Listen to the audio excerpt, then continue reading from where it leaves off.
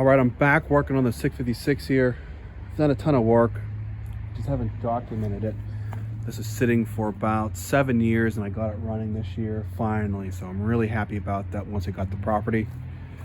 Back here, I got this tied up here.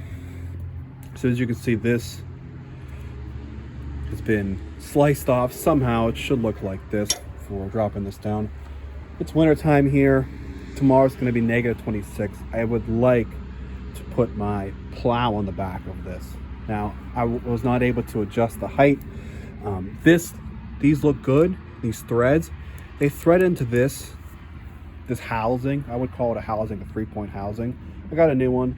This old one, it's just corroded. It was filled with water. I actually had to really beat these over, a lot of penetrating fluid to get them to even move or release.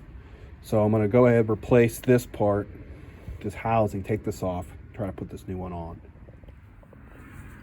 All right, I beat this pin back. Looks like we only have one holding it on. I'm gonna pull it out, and then it's gonna fall right out of this because there's nothing here holding it anymore. All right, now this should drop out.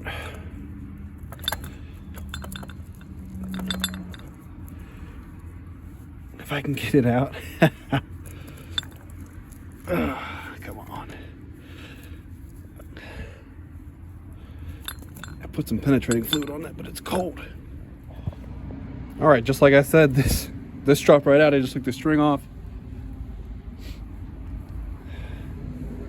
So really the threads are just gone, eaten up over time, water and rust. Oh, this is heavy. This just drops down. Marvelous. Let's make sure this one will work now. All right, they're not perfectly similar.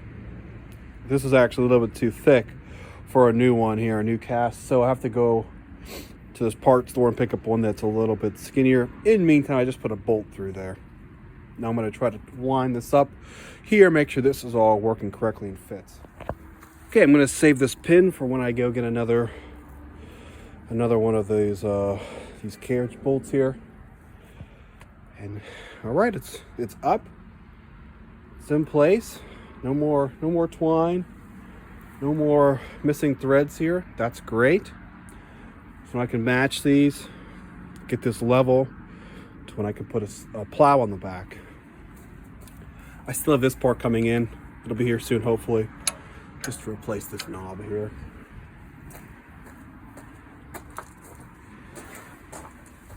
And so I'm gonna put this in my little toolbox here. Safekeeping. And yesterday, the 656, this is actually stuck in the field. There was an issue. One of the wires broke off of the key switch. I tried jumping the starter. Wouldn't stay running. I didn't know there was like a safety feature on that. There must be some type of a safety feature that will not allow it to run. Whoops. So there's a safety feature on this 656. I had to jump the starter yesterday. It wouldn't let me jump it and stay running. One of the keys broke off this. I'll go around, so I have it parked inside right now.